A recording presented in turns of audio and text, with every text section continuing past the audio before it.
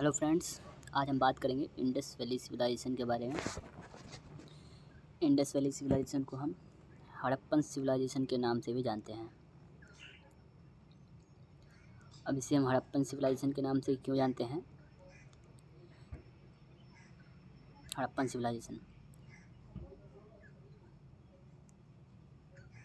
अब Indus valley civilisation जो है हड़प्पन सिविलाइजेशन के नाम से इसलिए जानी जाती है क्योंकि हड़प्पा जो था वो फर्स्ट सिटी थी जिसे सबसे पहले खोजा गया था। जैसे अगर आप इंडस वैली सिविलाइजेशन की अदर सिटीज़ भी देखो, मोहनजोदाड़ो हो गई, कालीबंगन हो गई, लोथल हो गई, ये सब भी थी, लेकिन जो पहली सिटी जो सबसे पहले डिस्कवर हुई थी वो हड़प्पा थी। इसीलिए हम इंडस वैली सिविलाइजेशन को हड़प्पन सिविलाइजेशन के नाम से भी जानते हैं। इसका टाइम पीरियड जो है 3300 BC टू 1300 BC तक माना जाता है। BC before common era 3300 to 1300 BC तक माना जाता है। इसके अलावा अगर हम इंडस वैली सिविलाइजेशन के पीक के बारे में बात करें, मतलब ये सबसे ज़्यादा अपने डेवलपमेंट या फ्लरिशमेंट पे कब थी, तो उसका टाइम पीरियड है 2700 BC टू 1900 BC तक। इस समय तक आपके कौन से शहर सबसे ज़्यादा फ्लरिश कर रहे थे? आपका हड़प्पा होगा, मोहनजोदाड़ो, ये दो सिटीज़ आपकी फ्लरिशिंग भी थी, और बाकी सिटीज़ भी थी वो इस टाइम पीरियड में सबसे ज़्यादा डेवलप थी। इसके अलावा जो फेमस दो सिटीज़ कौन कौन सी थी, जैसे हमारे पास तकरीबन 1000 सिटीज़ फाउंड हुए हैं, ठीक है, लेकिन उसमें से जो दो सबसे ज़्यादा फेमस सिटीज़ हैं वो कौन सी हैं? एक तो है आपका मोहनजोदाड़ो और दूसरा आपका हो जाता है हड़प्पा। ये दो सबसे फेमस सिटी रही इंडस वैली सिविलाइजेशन की।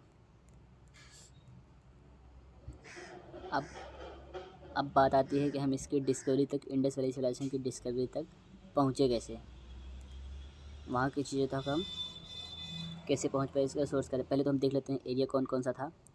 ये आपका हो गया, ये अफ़गानिस्तान का एरिया कवर करता है आपका। ये आपका पाकिस्तान का एरिया हो गया, और ये लास्ट में आपका ये इंडिया का रीजन हो गया। तो कुल मिला करके इंडस वैली सिविलाइजेशन 3 रीजन को कवर करता है। आपका फर्स्ट होगा पाकिस्तान, फर्स्ट होगा अफगानिस्तान, दूसरा होगा पाकिस्तान, थर्ड आपका हो गया इंडिया। ये 3 रीजन थे, और ये लगभग सारे रीजन आप देखोगे तो इंडस नदी के आसपास ही बसे थे, इसलिए जनरली इसको हम इंडस वैली सिविलाइजेशन कहते हैं, क्योंकि इंडस नदी और इसके ट्रिब्यूटरीज के आसपास ही बसे हुए थे। अब हम बात करेंगे कि हम इंडस वैली सिविलाइजेशन की खोज तक कैसे पहुँचे। तो जैसे मान लीजिए कोई कंस्ट्रक्शन वर्क चल रहा है या कोई भी खुदाई वगैरह का काम चल रहा है, तो वहाँ जो फिजिकल एविडेंस मिले उसके थ्रू हम वहाँ पहुँचे। उसके अलावा क्या था? ट्रेड।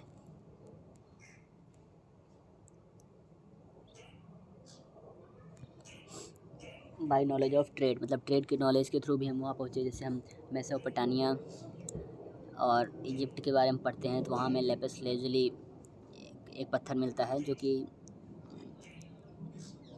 मेसोपोटामिया, और दूसरा कौन सा हो गया? इजिप्ट, जहाँ लेपिस लेजुली नाम का पत्थर मिलता है। तो स्कॉलर्स थे, उन्हें ये तो पता था कि ये इंडिया से ट्रेड किया जाता था, लेकिन उन्हें ये नहीं पता था कि इंडिया के किस पार्ट से कहाँ से ट्रेड किया जाता था।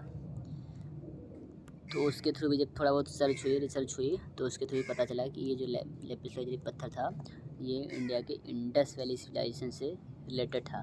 तो दो चीज़ें थी, कौन कौन सी? एक तो फिजिकल एविडेंस हो गया, और दूसरा हो गया ट्रेड के जो नॉलेज था उसके थ्रू हम यहाँ तक इंडस वैली सिविलाइजेशन की डिस्कवरी होती है।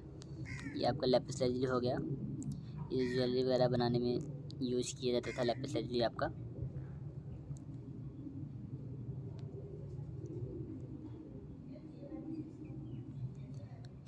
इसके अलावा हम इंडस वैली सिविलाइजेशन के अदर एस्पेक्ट्स के बारे में बात करें, तो इंडस वैली सिविलाइजेशन को 5 फेजेस में डिवाइड किया गया है। पहला कौन सा हो गया? प्री हड़प्पन। यहाँ जनरली हम इंडस वैली सिविलाइजेशन को हड़प्पा सिविलाइजेशन बोल देंगे तो आप कन्फ्यूज मत होएगा। तो पहला हो गया प्री हड़प्पन, मतलब हड़प्पन के पहले वहाँ किस तरह की चीज़ थी, जिस प्लेस में हड़प्पन सिविलाइजेशन डेवलप हुई वहाँ उनके पहले कैसी चीज़ें थी, तो वो पहले आपका जाएगी प्री हड़प्पन में। दूसरा आ जाएगा अर्ली हड़प्पन में, मतलब हड़प्पन जो थे वो स्टार्टिंग में कैसे थे, क्या उनका कल्चर था, क्या कैसी चीज़ें थी। फिर आपका आ गया मैच्योर्ड हड़प्पन,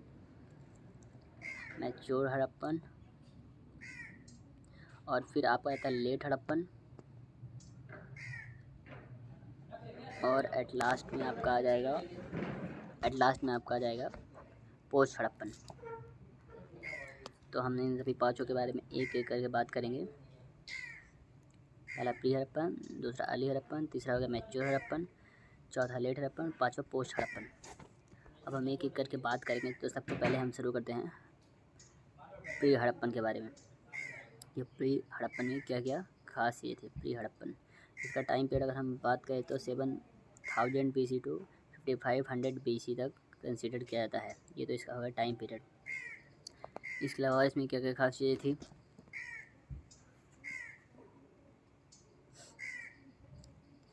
उसकी खास चीज़ ये थी प्री हड़प्पन्स की कि इनको एग्रीकल्चर का नॉलेज था, नॉलेज ऑफ एग्रीकल्चर। पहला तो क्या हो गया, एग्रीकल्चर का नॉलेज था, फिर इसके अलावा ये पौधे लगाना भी जानते थे, मतलब डोमेस्टिकेशन ऑफ प्लांट्स ये भी जानते थे कि मतलब किस टाइप के पौधे कैसे उग सकते हैं, ये इनको इसका भी नॉलेज था। और ये टूल्स भी बना सकते थे, मतलब इनको थोड़ा बहुत आइडिया हो गया था कि टूल्स कैसे बनाया जा सकता है। तो एक तो होगी एग्रीकल्चर, दूसरा होगा डोमेस्टिकेशन, और तीसरा आपका जाता है टूल्स मेकिंग, कि टूल्स कैसे बनाया जाता है इसका थोड़ा बहुत इन्हें आइडिया था। ओके, ये तो आपका हो गया प्री हड़प्पन। फिर आपका दूसरे नंबर में आ जाता है अर्ली हड़प्पन्स, मतलब जो हड़प्पन्स मेन सिविलाइजेशन जो इंडस वैली सिविलाइजेशन थी उसके स्टार्टिंग के लोग कैसे थे और क्या क्या उनको नॉलेज थे। तो पहले हम टाइम पीरियड देखते हैं। इसका जो टाइम पीरियड है वो 5500 BC टू 2800 BC तक माना जाता है, अर्ली हड़प्पन्स का टाइम पीरियड। अब ये क्या था, ये ट्रेड करना सीख गए थे। अर्ली हड़प्पन्स जो थे वो ट्रेड करना सीख गए थे। अब ट्रेड ये कहाँ से करते थे, एक तो आपका हो गया ट्रेड कहाँ से करते थे, एक तो इजिप्ट हो गया और दूसरा आपका मेसोपोटामिया।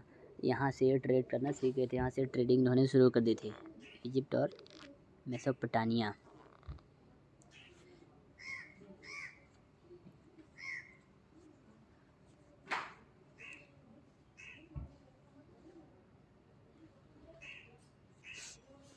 और इन्होंने क्या क्या develop, ports, docks, warehouses, ये सब इन्होंने डेवलप करते हैं। डॉक्स क्या होता है, डॉक्स बेसिकली होता है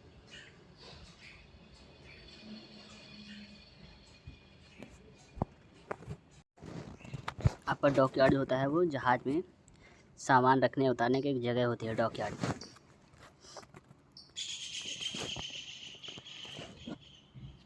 अब उसके बाद हम आ जाते हैं मैच्योर हड़प्पन्स में। मैच्योर हड़प्पन की अगर हम बात करें तो मैच्योर हड़प्पन्स का टाइम पीरियड जो है वो 2800 BC टू 1900 BC तक कंसिडर किया जाता है। अब अगर हम मैच्योर हड़प्पन्स की बात करें तो मैच्योर हड़प्पन्स में आपका इन्होंने सिटीज़ डेवलप्ड कर ली थी। एक तो आपकी कौन सी थी, एक तो मोहनजोदाड़ो हो गई और दूसरी आपकी हो गई हड़प्पा। ये दो सिटीज़ इन्होंने डेवलप कर ली थी मैच्योर हड़प्पन्स के टाइम में।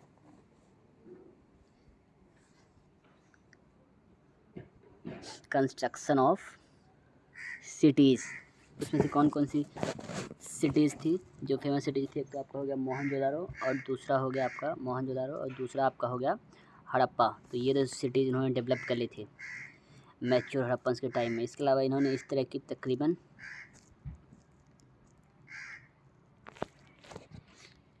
इस तरह की 1000 सिटीज़ डेवलप कर ली थी इसी मॉडल के बेस पे। मोहनजोदाड़ो और हड़प्पा के बेस पे तकरीबन 1000 सिटीज़। इसमें से कौन कौन सी जो फेमस है, आपकी गनेरी वाला हो गई और आपकी लोथल हो गई, कालीबंगन हो गई, इस तरह की इन्होंने बहुत सारी सिटीज़ डेवलप करी। धौलवीरा हो गई आपकी। तो इन्होंने इस तरह की 1000 सिटीज़ डेवलप कर ली थी। ये जो आपकी गनेरी वाला है पाकिस्तान में सिचुएटेड है, गनेरी वाला, हड़प्पा और मोहनजोदाड़ो, ये तीनों कहाँ सिचुएटेड हैं, ये तीनों सिचुएटेड हैं पाकिस्तान में।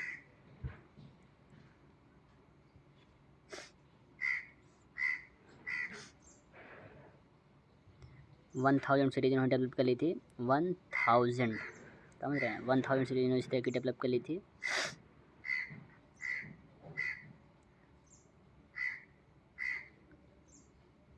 इसके अलावा इसके बाद नेक्स्ट कौन सा वो आ जाता है, इसके बाद नेक्स्ट आ जाता है आपका लेट हड़प्पन्स। लेट हड़प्पन में आपके क्या क्या इसका टाइम पीरियड का, लेट हड़प्पन का आपका time period 1900 BC to 1900 BC to आपका टाइम पीरियड आ जाता है तकरीबन 1500 BC तक। ये आपका लेट हड़प्पन में आता है। लेट हड़प्पन का time period 1900 BC to 1500 BC तक।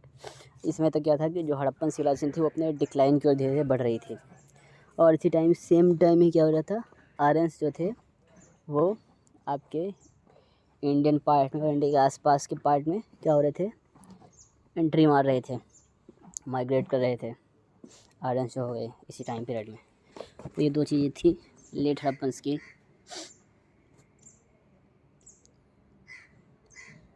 अब इसमें इनके डिक्लाइन के कई सारे रीजन दिए जाते हैं। फ्लडिंग हो गया, ड्रॉट हो गया, इसके अलावा आपका फेमिन हो गया, मतलब अकाल वगैरह, ये सब चीज़ें कंसिडर की जाती है इनके डिक्लाइन के लिए।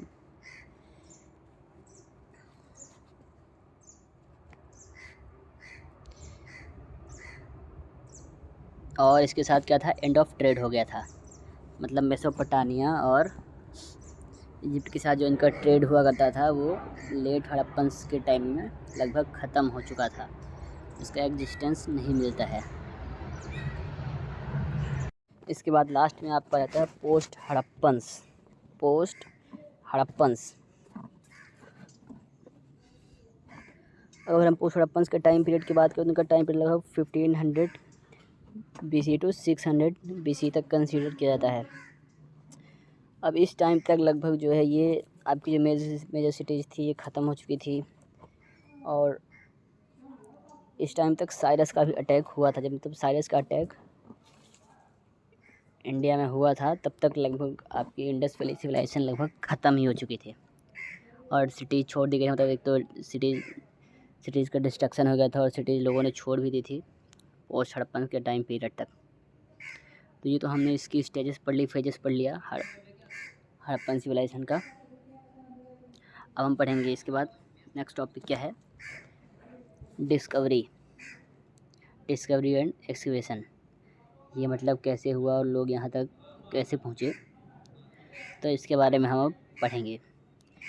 तो बात है 1829 की। एक ब्रिटिश सोल्जर हुआ करते थे जिन्होंने बाद में ब्रिटिश आर्मी छोड़ दी थी। जेम्स लुइस, ये ब्रिटिश सोल्जर हुआ करते थे, उन्होंने ब्रिटिश आर्मी छोड़ दी थी, डिजर्टर हो गए थे। अब उन्होंने अपना नाम वगैरह भी चेंज कर लिया था ब्रिटिश आर्मी छोड़ने के बाद। तो ये इनको क्या था कि चीज़ों को खोजने में काफ़ी ज़्यादा दिलचस्पी रहती थी। इन्होंने अपना नाम ही चेंज कर लिया था। इनको चीज़ों को खोजने में काफ़ी दिलचस्पी रहती थी। तो ऐसा माना जाता है कि ये हड़प्पा जो है आपका है, हड़प्पा सिटी जो है वहाँ तक पहुँचे थे। वहाँ से जुड़ी हुई इन्हें कुछ चीज़ें मिली हुई थी, लेकिन उन्हें इसका आइडिया नहीं था कि ये चीज़ कहाँ है, कैसी है, किस चीज़ से जुड़ी हुई है।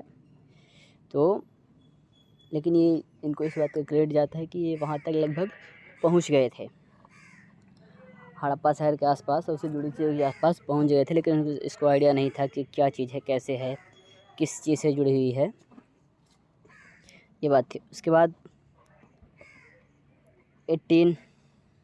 हम बात करें ASI बोले तो आर्कियोलॉजिकल सर्वे ऑफ इंडिया जो होता है, 1861 में इसको फाउंड किया गया, आर्कियोलॉजिकल सर्वे ऑफ इंडिया।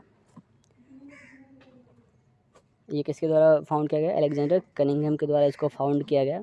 इसका मेन पर्पस क्या था, अलेक्जेंडर कनिंघम इनके द्वारा इसको फाउंड किया गया। इसका मेन जो पर्पस था तो जो आपकी हिस्टोरिक साइट्स हैं उनको प्रिजर्व करना, और मतलब जो एक्सकवेशन होता है उसको प्रोफेशनल तरीके से करना। ऐसे नहीं कुछ भी बन हुआ, कुछ थोड़ा बहुत चेक किया, नहीं चेक किया, ऐसे नहीं, ये मतलब प्रोफेशनल तरीके से उसको एक्सकवेशन करना, ये ASI का मेन एम था। और क्या था, जो कि आपकी हिस्टोरिक साइट्स हैं उनको प्रिजर्व करना। ये दो मेन इस फाउंडेशन बनाई गई थी ASI की, ये इसका मेन पर्पस था, preservation of historic sites and एक आपका प्रोफेशनल जो एक्सकवेशन होता है। अब 1875 में इन्होंने अपना एक इंटरप्रिटेशन दिया। अब 1875 में अलेक्जेंडर कनिंघम ने जो अपनी इंटरप्रिटेशन दी, इस इंडस वैली सिविलाइजेशन के बारे में, वो क्या थी, इनकम्प्लीट थी, मतलब सही से इन्फॉर्मेशन नहीं दे रही थी। और क्या थी, डेफिनेशन भी सही से डिफ़ाइन भी नहीं कर पा रही थी चीज़ों की, कौन सी चीज़ें कैसे हो रही हैं, किस वजह से हुई हैं, इन सब चीज़ों को सही से डिफ़ाइन नहीं कर पा रही थी। उसके बाद क्या होता है, 1904 में एएसआई के न्यू डायरेक्टर कौन बनते हैं, जॉन मार्शल जो है वो एएसआई के न्यू डायरेक्टर बनते हैं। और क्या करते हैं, वो चीज़ों को खोजने के लिए, मतलब चीज़ों को सही तरीके से एग्जीक्यूट करने के लिए, और चीज़ों को सही तरीके से एग्जीक्यूट करने के लिए ऑर्डर देते हैं। और इसी प्रोसेस में 1912 में जॉन फेथफुल फ्लीट नाम का एक ब्रिटिश सिविल सर्वेंट रहता है, जो कि इंडियन सिविल सर्विसेज में काम करता रहता है। उसे क्या मिलती है, बहुत सारी हड़प्पन सील्स मिलती है 1912 में। जॉन फेथफुल फ्लीट को 1912 में बहुत सारी हड़प्पन सील्स मिलती है। और इसी के कंटिन्यूएशन में 1921 में जो होता है, सील के साथ आर्टिफैक्ट भी मिलते हैं। और इसी के कंटिन्यूएशन में 1922 में क्या होता है, हड़प्पा शहर की खोज होती है, हड़प्पा सिटी की खोज होती है। और हड़प्पा सिटी की खोज होने के बाद जो हड़प्पा सिटी से कुछ दूरी पर ही किसका एग्जीबिशन चल रहा था, उसी बीच वहाँ के लोकल लोगों को किसके बारे में इन्फॉर्मेशन मिलती है, मोहनजोदड़ो के बारे में इन्फॉर्मेशन मिलती है कि यहाँ से उसी टाइम में वहाँ से कुछ दूरी पे, कुछ माइल्स की दूरी पे वहाँ के लोकल लोगों को एक और दूसरी साइड खोज लेने का मतलब दावा करते हैं। और वहाँ के लोकल लोग उसे क्या बोलते हैं, मोहनजोदड़ो मतलब द फॉल्स ऑफ। अब वहाँ के लोकल लोगों ने इसका नाम मोहनजोदड़ो क्यों दिया, क्योंकि मोहनजोदड़ो का लोकल लैंग्वेज में मतलब होता है मुर्दों का टीला, मतलब माउंट्स ऑफ डेड्स, क्योंकि यहाँ बहुत सारे ह्यूमन और एनिमल्स की बोन्स मिली थी, इसलिए इसे मुर्दों का टीला और या मोहनजोदड़ो बोला गया। 1921 में हड़प्पा लगभग खोज लिया गया, मतलब उससे जुड़ी सारी चीज़ें फाउंड कर ली गई। अब आपका होता क्या है, 1921 तक लगभग हड़प्पा सिविलाइजेशन से जुड़ी लगभग सारी चीज़ें खोज ली जाती हैं, मतलब हड़प्पा सिविलाइजेशन का काम जो है कंप्लीट हो जाता है। इसके बाद 1924 से 1925 तक, मतलब 1924 से 1925 की मोहनजोदड़ो की खोज का काम शुरू होता है। और इसका काम लगभग 1931 में लगभग कंप्लीट हो जाता है, मतलब मोहनजोदड़ो से जुड़ी हुई चीज़ लगभग अधिकांश चीज़ें खोज ली जाती हैं 1931 तक। उसके बाद ये तो, और इस तरह की लगभग 1000 लगभग 1999 तक हमारे पास जो डेटा अवेलेबल है वो लगभग 1056 साइट्स खोजी गई हैं। और उसमें से केवल 96 साइट्स को एग्जीक्यूट किया सकता है, मतलब उसके बारे में चीज़ें पता लगाई जा सकी हैं, मतलब 1056 में केवल 96 का एग्जीक्यूशन हो सकता। बाकी का क्यों नहीं हुआ, बाकी का इसलिए नहीं हुआ क्योंकि वहाँ हो सकता है वहाँ कुछ कंस्ट्रक्शन रहा हो या कुछ रहा, इस वजह से वहाँ एग्जीक्यूशन नहीं हो पाया। इसके बाद हम अगर हड़प्पा सिविलाइजेशन की सिटीज़ के बारे में, सिविलाइजेशन की सिटीज़ के बारे में बात करें तो वहाँ की फेमस सिटीज़ कौन कौन सी थी, एक तो आपकी हो गई हड़प्पा हो गई, दूसरी आपकी हो गई मोहनजोदड़ो हो गई, फिर आपकी हो गई मोहनजोदड़ो, हड़प्पा, मोहनजोदड़ो के अलावा आपका गनेरी वाला हो गया।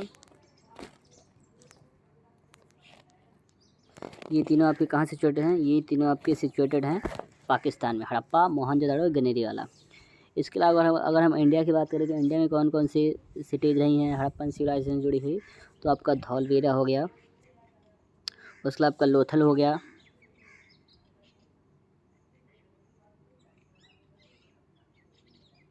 लोथल हो गया, राखीगढ़ी हो गई, और आपका कालीबंगन हो गया। ये आपके कहाँ सिचुएटेड हैं, ये चारों के चारों आपके सिचुएटेड हैं। इसके अलावा भी और बहुत सारी सिटीज़ हैं, लेकिन जो फेमस हैं ये हैं चार, ये आपकी इंडिया में सिचुएटेड हैं।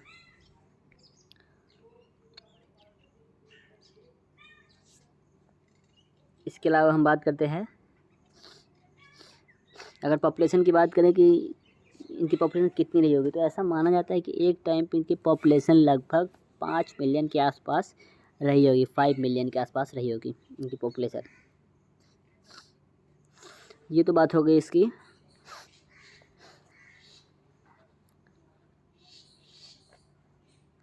सिटीज़ की। अब बात करते हैं सोसाइटी एंड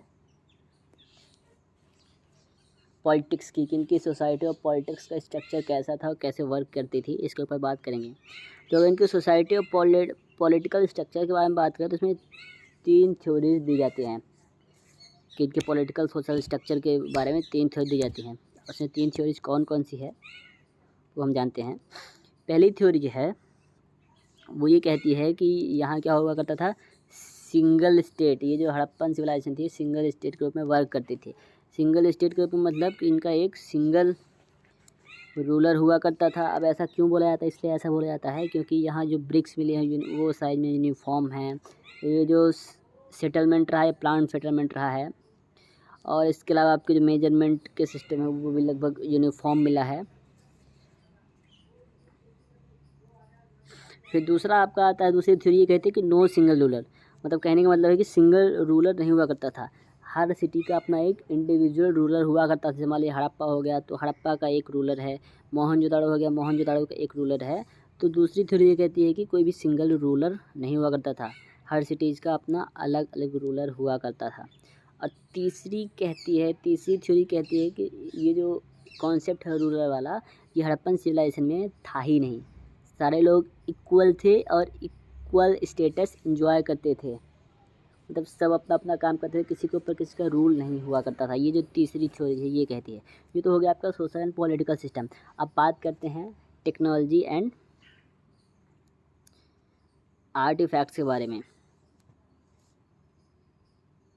तो इनकी टेक्नोलॉजी कैसी थी, ये क्या यूज़ करते थे। टेक्नोलॉजी के बारे में बात करें तो ये यूनिफॉर्म वेट और मेजरमेंट सिस्टम का यूज़ करते थे।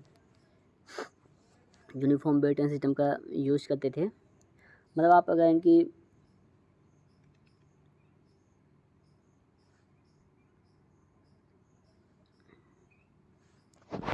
कौन सिस्टम का यूज़ करते थे, उनका मिनिमम जो मेजरमेंट था वो 1.6 mm था। और ये कहाँ मिला है, ये हमें मिला है गुजरात के लोथल में एक आइवरी स्केल में हमें इसका प्रूफ मिलता है कि 1.6 mm मेजरमेंट कर सकते थे। आइवरी स्केल क्या होती है, ये लगभग एलिफेंट के टीथ से बनी होती है, कि मटेरियल से बनी होती है।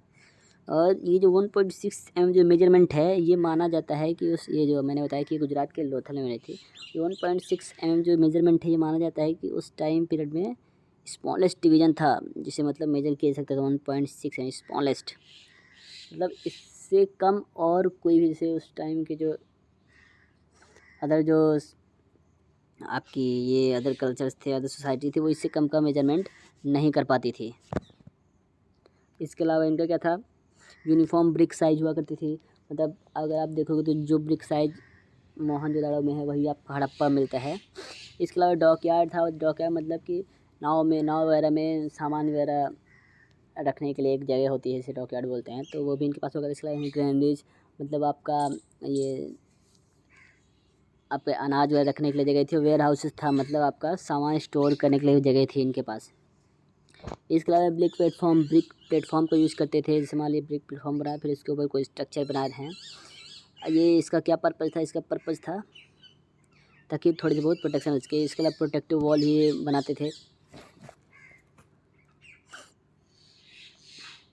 और इनके पास सेवरेज सिस्टम भी था और ड्रेनेज सिस्टम दोनों था। मतलब ये लगभग जो घर हुआ करते थे, और मतलब घर के पहले में क्या हुआ करती थी, रोड हुआ करती थी, और रोड के बगल में क्या था, ये ड्रेनेज और सेवरेज सिस्टम इन्होंने बनाया हुआ था। और इनका ऐसा माना जाता है कि सेवरेज सिस्टम, इनका ड्रेनेज सेवरेज सिस्टम जो है कि आज के इंडिया और पाकिस्तान के कुछ सिटीज़ जो करंट में हैं उनसे भी बेहतर हुआ करता था। आज की करंट सिटीज़ में से ही बेहतर हुआ करता था। इसके अलावा सील कार्विंग के बारे में जानते थे कि सील कार्व कैसे की जाती है, और उसके नीचे कोई भी से उसके बॉटम पे उसके फेस बॉटम फेस से कोई कार्विंग कैसे की जाती है, इसका भी इन्हें नॉलेज हुआ करता था।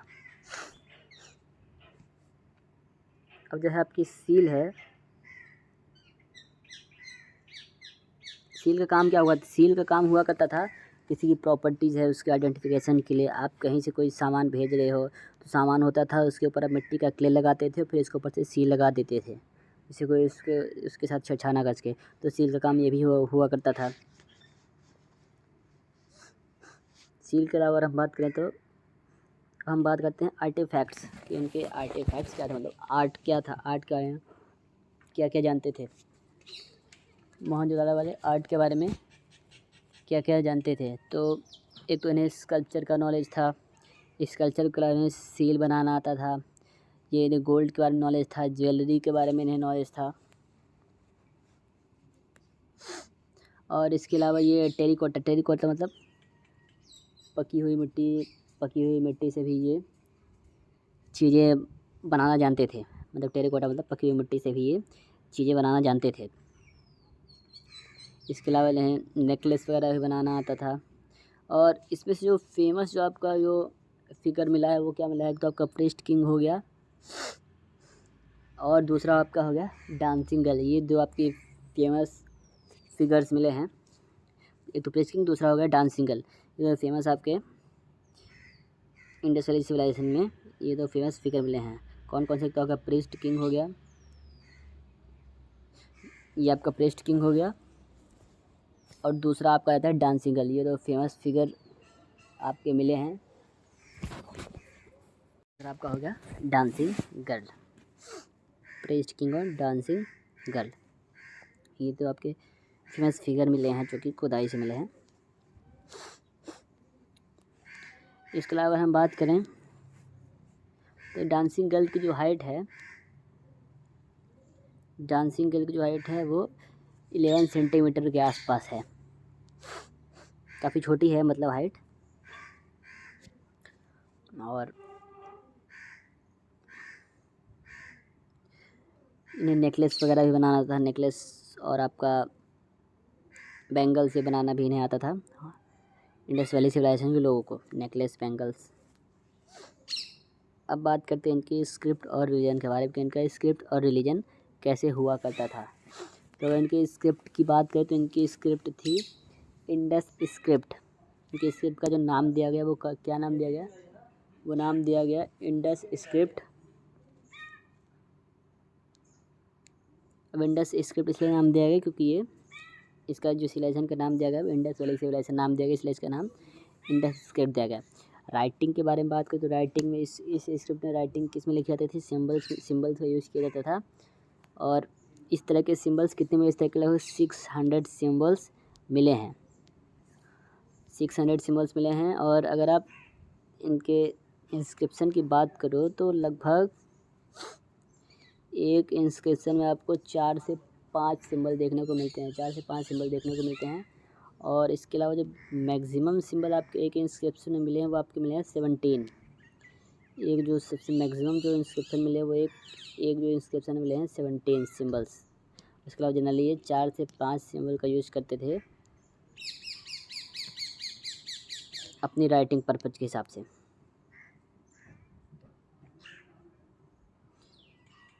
इसके अलावा इनकी राइटिंग होती थी किस पे लिखते थे, ये क्ले पे लिखते थे, मतलब मिट्टी पे या पत्थर पे, क्ले या स्टोन पे अपनी राइटिंग लिखा करते थे। इसके अलावा इनकी राइटिंग होती थी ये लिखी जाती थी राइट टू लेफ्ट, मतलब खरोष्टी टाइप की आपकी लिखी जाती है राइट टू लेफ्ट। ये तो बात हो गई इनकी स्क्रिप्ट की, जैसे आप उर्दू लिखी जाती है उसी तरह हुई स्क्रिप्ट राइट टू लेफ्ट लिखी जाती थी। अब हम बात करते हैं इनके रिलीजन की। तो इनका कोई स्पेसिफिक रिलीजन नहीं था, हाँ ये ज़रूर था कि ये मदर गॉडेस की वर्शिप करते थे। इसकी वर्शिप करते थे मदर गॉडेस की, जो कि फर्टिलिटी की गॉडेस मानी जाती हैं। तो ये इनकी क्या करते थे, पूजा करते थे मदर गॉडेस की, फर्टिलिटी की गॉडेस मानी जाती थी। इसके अलावा जैसे आपके मेसोपोटामिया और इजिप्ट में आपके टेम्पल्स मिलते हैं, मेसोपोटामिया और इजिप्ट में टेम्पल्स मिलते हैं, पैलेस मिलते हैं। तो इस तरह के यहाँ कोई टेम्पल या पैलेस यहाँ आपको देखने को नहीं मिलता है मेसोपोटामिया और इजिप्ट की तरह। मेसोपोटामिया और इजिप्ट की तरह यहाँ कोई भी टेम्पल या पैलेस देखने को नहीं मिलता है, नो टेम्पल एंड पैलेसेस। इसके अलावा अगर हम फर्दर बात करें तो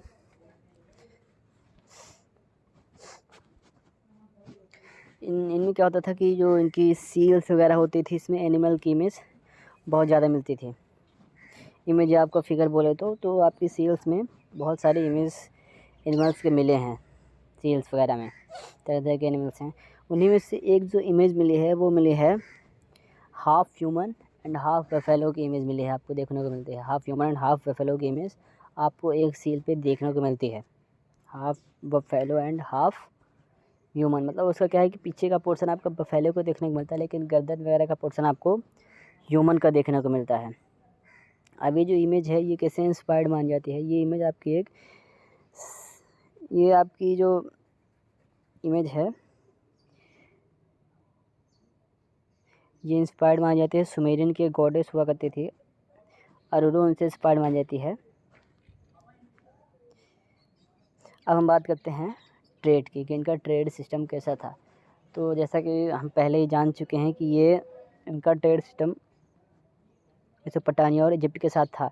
और इसके अलावा क्या थी, पहले ऐसे मतलब उस टाइम कि अगर हम बात करें साहब इनका सोसाइटी एंड कल्चर ऐसा था कि पहले थे जिन्होंने व्हील ट्रांसपोर्ट का यूज़ किया। इस व्हील ट्रांसपोर्ट में इसका यूज़ किया इन्होंने, बुलक कार्ट्स का यूज़ किया, मतलब बैलगाड़ी आप बोल सकते हो, बैलगाड़ी का यूज़ किया उन्होंने। इसके अलावा इन्होंने बोट्स वगैरह भी डेवलप कर ली थी अपने टाइम में। बोट्स का यूज़ जनरली किस लिए करते थे? बोट्स का यूज़ जनरली ट्रेड्स वगैरह के लिए करते थे। इसके अलावा इन्हें इनके पास डॉकिंग फैसिलिटी भी थी, मतलब ये सामान बोट में सामान रखने के लिए भी एक प्लेस हुआ करता था इनके पास, जिसे डॉक्स बोलते थे। और इसके अलावा रॉ मटेरियल के लिए अलग अलग प्लेसेस पर डिपेंड करते थे और ट्रेड किया करते थे, अलग अलग प्लेसेस ट्रेड किया करते थे। जैसे कि आपका हो गया ये मिनरल के लिए आपका हो गया अफ़गानिस्तान हो गया, ईरान हो गया, इन पर डिपेंड करते थे। इसके अलावा ये जैसे अफ़गानिस्तान और ईरान पे मिनरल पे डिपेंड करते थे। इसके अलावा इंडिया के इंटरनल पार्ट में ये आपके डिपेंड करते थे लेड और कॉपर के लिए इंडिया के इंटरनल पार्ट पे डिपेंड करते थे। और इसके अलावा अगर हम बात करें चाइना पे, तो चाइना पे जेड के लिए डिपेंड करते थे। हम जेड के बारे में बताएंगे, जेड क्या होता है। इसके अलावा ये हिमालय एंड कश्मीर रीजन पे सेडर वुड के लिए डिपेंड करते थे, मतलब चाइना से जेड मंगाते थे और सेडर वुड ये हिमालय एंड कश्मीर रीजन से ट्रेड किया करते थे, हिमालय एंड कश्मीर रीजन से। और हम बात करें जेड और सेडर वुड की, तो मैं आपको इमेज दिखा देता हूँ जेड कैसे दिखता है। ये आपका होगा जेड, ये जनरली ज्वेलरीज वगैरह में यूज़ किया जाता है आपका जेड। जो ग्रीन कलर का आपको दिखाई दे रहा है ये हो गया जेड, और ये आपका हो गया सेडर वुड। तो जेड आपको चाइना से और सेडर वुड आपका हिमालयन रीजन से मंगाया जाता था। ज्वेलरी यूज होता था आपका ये जेड।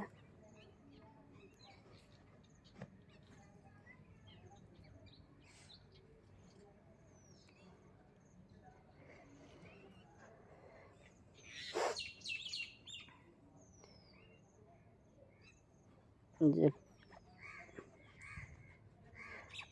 जो ट्रेड मैंने पहले भी बताया कि ट्रेड के लिए किस पे डिपेंड किससे ट्रेड किया करते थे, मेनली मेसोपोटामिया और इजिप्ट से। अभी हमें कैसे पता चला? क्योंकि मेसोपोटामिया और इजिप्ट के रीजन में कुछ सील्स और ज्वेलरी मिली हैं,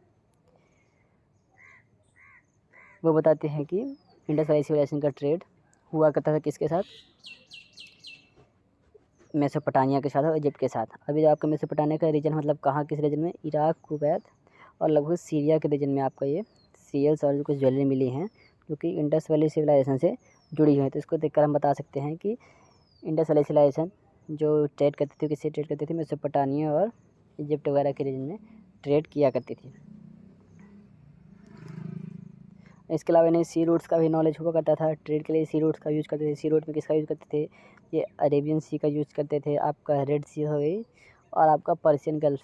इन तीनों का यूज़ किसके लिए करते थे? ये ट्रेड के लिए इन तीनों का यूज़ किया करते थे। अरेबियन सी, रेड सी और पर्शियन गल्फ का यूज़ ये ट्रेड के लिए किया करते थे। इसके अलावा इनके पास एक प्लैंक से बनी हुई एक बोट भी हुआ करती थी जिसमें एक सिंगल मास्ट हुआ करता था।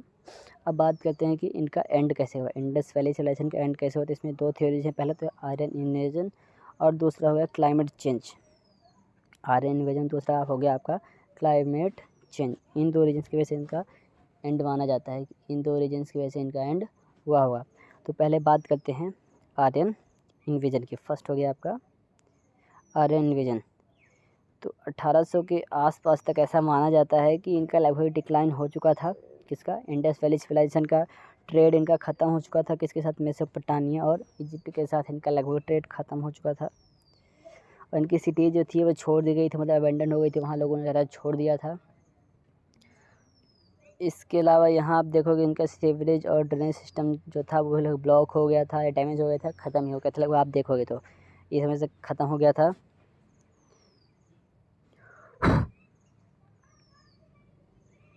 अब हम देखते हैं कि जो पहली थ्योरी है आर्यन इन्वेजन की, वो कैसे बताती है, कैसे डिफाइन करते हैं कि इंडस वैली सिविलाइजेशन का अंत कैसे हुआ। तो आर्यन इन्वेजन ये जो थ्योरी है ये मेनली किसने दी है या किसके कॉन्सेप्ट पे वर्क करती है? तो 1944 से 1948 तक एएसआई के डायरेक्टर कौन थे? मिस्टर व्हीलर जो हुआ करते थे वो डायरेक्टर थे एएसआई के, आर्कियोलॉजिकल सर्वे ऑफ इंडिया के। ये कौन थे? डायरेक्टर हुआ करते थे आपके मिस्टर व्हीलर। ये इनकी थ्योरी पे मेनली बेस्ड है आर्यन इन्वेजन, कि आर्यन इन्वेजन की वजह से इंडस वैली सिविलाइजेशन का खात्मा हुआ। ये कहते क्या हैं? ये कहते हैं कि मोहनजोदाड़ो जो है वहाँ जो आपके टॉप लेवल पे जो आपके बरियल्स मिले अनबरीड, मतलब सही से वो बरीड नहीं है या बोल दे बरीड नहीं है, वो जो आपके बोन्स और वो मिले हैं वो किसके हैं? विक्टिम्स ऑफ वॉर्स के हैं, मतलब जो युद्ध में मारे गए थे उनके विक्टिम थे, उनकी वो उधर हड्डियाँ वगैरह मिली हुई हैं जो कि सही से बरीड नहीं है, क्योंकि युद्ध में मारे गए थे तो युद्ध में मारने वाला कौन बरी करता है? कोई नहीं। अब ऐसा आयरन क्यों कर पाए? आयरन ऐसा इसलिए कर पाए, उनकी थ्योरी कहती है क्योंकि उनके पास वेपन हुआ करते थे, वेल डेवलप्ड वेपन हुआ करते थे। उसके अलावा आयरन्स के पास हॉर्सेस हुआ करते थे। तो इन दो चीज़ों की मदद से आयरन्स ने इनोसेंट और पीसफुल हड़प्पन सिविलाइजेशन को क्या कर दिया? डिफीट कर दिया। इन दो चीज़ों की वजह से उन्होंने इसको डिफीट कर दिया, इंडस वैली सिविलाइजेशन के लोगों को या हड़प्पन सिविलाइजेशन के लोगों को। लेकिन थोड़े टाइम बाद अदर स्कॉलर जो थे उन्होंने इस थ्योरी को क्या कर दिया? डिनाई कर दिया। उनका कहना ये था कि ये थ्योरी गलत है। उनके हिसाब से, अदर स्कॉलर के हिसाब से, कि वहाँ जो आपके अनबरीड कॉप्स मिले हैं वो वॉर के विक्टिम नहीं बल्कि हार्शली बरियल्स हैं, मतलब जल्दबाजी में किए हुए बरियल्स हैं। मतलब जैसे जब लोग जा रहे होंगे या सिटी छोड़ रहे होंगे उस समय के जो बरियल्स हैं वो हैं वो, ना कि किसी वॉर के विक्टिम के बरियल्स हैं। बाद में जो आपके मिस्टर व्हीलर रहते हैं वो भी इस थ्योरी को एक्सेप्ट कर लेते हैं कि हाँ, मेरे पास इतनी एविडेंस नहीं है कि मैं इस थ्योरी को पूरी तरीके से प्रूफ कर पाऊँ कि जो इसका डिक्लाइन हुआ ये आयरन इन्वेजन की वजह से हुआ। फिर अब हम आ जाते हैं दूसरी थ्योरी के ऊपर कि दूसरी थ्योरी क्या कहती है। दूसरी थ्योरी आपकी जनरली बेस्ड है क्लाइमेट चेंज के ऊपर। इसके अलावा अगर हम आयरन इन्वेजन की बात करें तो आयरन इन्वेजन इसलिए भी डिनाई होता है क्योंकि कुछ एलिमेंट हैं जो आगे के कल्चर में भी, जो कुछ एलिमेंट जो हड़प्पन सिविलाइजेशन जुड़े हुए हैं वो लेटर कल्चर में ही आपको देखने को मिलते हैं। तो इससे क्या पता चलता है कि इनका जो खात्मा हुआ है या एंड हुआ, डिक्लाइन हुआ, वो सडन नहीं हुआ है। इस वजह से भी आयरन इन्वेजन की थ्योरी सही नहीं मानी जाती। अब हम आ जाते हैं दूसरे थ्योरी के ऊपर। दूसरी थ्योरी क्या कहती है कि हड़प्पन सिविलाइजेशन का जो एंड हुआ वो क्लाइमेट चेंज की वजह से हुआ। अब क्लाइमेट चेंज क्यों हुआ? ऐसा माना जाता है कि जो आपकी जिसके ऊपर हड़प्पन लोग डिपेंड करते थे वो क्या थे? सरस्वती रिवर जो थी वो सूख गई। अब सरस्वती नदी के सूखने की वजह से क्या हुआ? बहुत सारे क्लाइमेटिक चेंज हुए। वो क्या क्या चेंज हुए? आपका फ्लडिंग हो सकती है, आपका ड्रॉट हो सकता है, और क्या क्या चीज़ सकती है। अगर मान लीजिए और कुछ फैक्टर दिए जाते हैं कि मान लीजिए कोई रिवर है वो अपना कोर्स चेंज करती है, अपना पाथ चेंज करती है, उसकी वजह से क्या हो सकता है? उससे फ्लड आ सकती है, ड्रॉट आ सकता है, या फेमिन आ सकता है, मतलब अकाल वगैरह पड़ सकता है। ये भी एक रीज़न माना जाता है कि हो सकता है कि किसी रिवर का जो कोर्स चेंज हुआ है। अब इसकी वजह से कोर्स चेंज करने से और क्या होगा? क्रॉप फेलियर हो जाएगा और भुखमरी होगी, और क्या होगा? डिसीज़ फैलेंगी। अगर कोई भी नदी अपना कोर्स चेंज करेगी क्या होगा? या तो कहीं क्रॉप फेलियर हो जाएगा, कहीं भुखमरी हो जाएगी, कहीं आपका डिसीज़ आएगा। अब ऐसा माना जाता है कि जो बहुत से लोग इंडस वैली सिविलाइजेशन के मरे हैं वो किस वजह से मरे हैं, मलेरिया की वजह से मरे हैं। तो ये भी रीज़न माना जाता है इनके एंड के लिए। इसके अलावा ये क्या करते थे कि बहुत ज़्यादा डिपेंडेंट हो गए थे ईस्टवर्ड मानसून के ऊपर, मतलब ये इरिगेशन सिस्टम के ऊपर डिपेंड ना हो करके सीजनली मानसून के ऊपर डिपेंड हो गए थे। अब होता क्या है कि थोड़े टाइम बाद जो आपका ईस्टवर्ड मानसून रहता है वो और ईस्ट की ओर मूव कर जाता है। चूँकि इन्होंने इरिगेशन सिस्टम कुछ सही से उसके ऊपर डिपेंडेंट तो थे नहीं, क्योंकि सीजनल मानसून के ऊपर डिपेंडेंट हो गए थे पूरी तरीके से, तो इन्होंने इरिगेशन सिस्टम को लगभग बंद ही कर दिया था। जब आपका ईस्टवर्ड जो मानसून था वो और ईस्टवर्ड की ओर मूव हुआ तो हुआ क्या कि इनकी क्रॉप्स वगैरह हो गई, फेल्योर हो गया और इनका एग्रीकल्चर जो है बहुत ज़्यादा हैम्पर हुआ, क्योंकि ये जब ओवर डिपेंडेंट हो गए थे किसके ऊपर, सीजन मानसून के ऊपर, तो इरिगेशन सिस्टम में कहीं न कहीं इन्होंने कुछ ना कुछ कमी लाई होगी। तो इसकी वजह से इनका एग्रीकल्चर सिस्टम ख़त्म हुआ। जब एग्रीकल्चर सिस्टम ख़त्म हुआ किसी का, और इसका एक और क्या रीज़न माना जाता है कि टेक्टोनिक प्लेट में चेंज होने की वजह से माना जाता है कि घग्गर हाकरा जो रिवर चैनल था वो आपका गैंजेस प्लेन की ओर शिफ्ट हुआ। तो ये भी माना जाता है कि रिवर का कोर्स इस वजह से चेंज हुआ होगा टेक्टोनिक प्लेट इवेंट की वजह से। तो इसी वजह से क्या हुआ कि जो आपके हड़प्पन सिविलाइजेशन के लोग हुआ करते थे वो आपका वो इंडस वैली रीजन छोड़ करके किधर की ओर माइग्रेट होना शुरू कर दिया, आपके नॉर्थ साइड की ओर माइग्रेट करना शुरू कर दिए। मतलब आप किधर पंजाब, कश्मीर, हिमालयन साइड की ओर मूव करना शुरू कर दिए। अब चूँकि वो यहाँ बंच में थे नहीं, अलग अलग उसमें थे, तो वो उस तरह की वो ट्रेड और वो एग्रीकल्चर नहीं कर पाते थे। इसकी वजह से वो सही से उस लेवल का डेवलपमेंट नहीं कर पाए जिस तरीके से वो इंडस वैली सिविलाइजेशन में प्लांट फॉर्म में कर पाते थे। तो इस वजह से सही से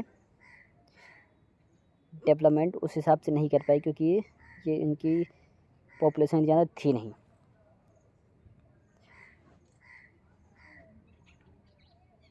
तो ये था मेन रीजन इनके एंड का। और चूँकि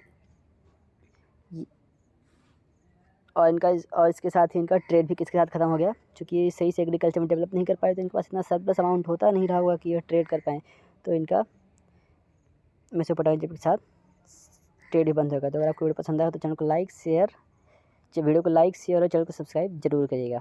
at last, thank you and stay connected.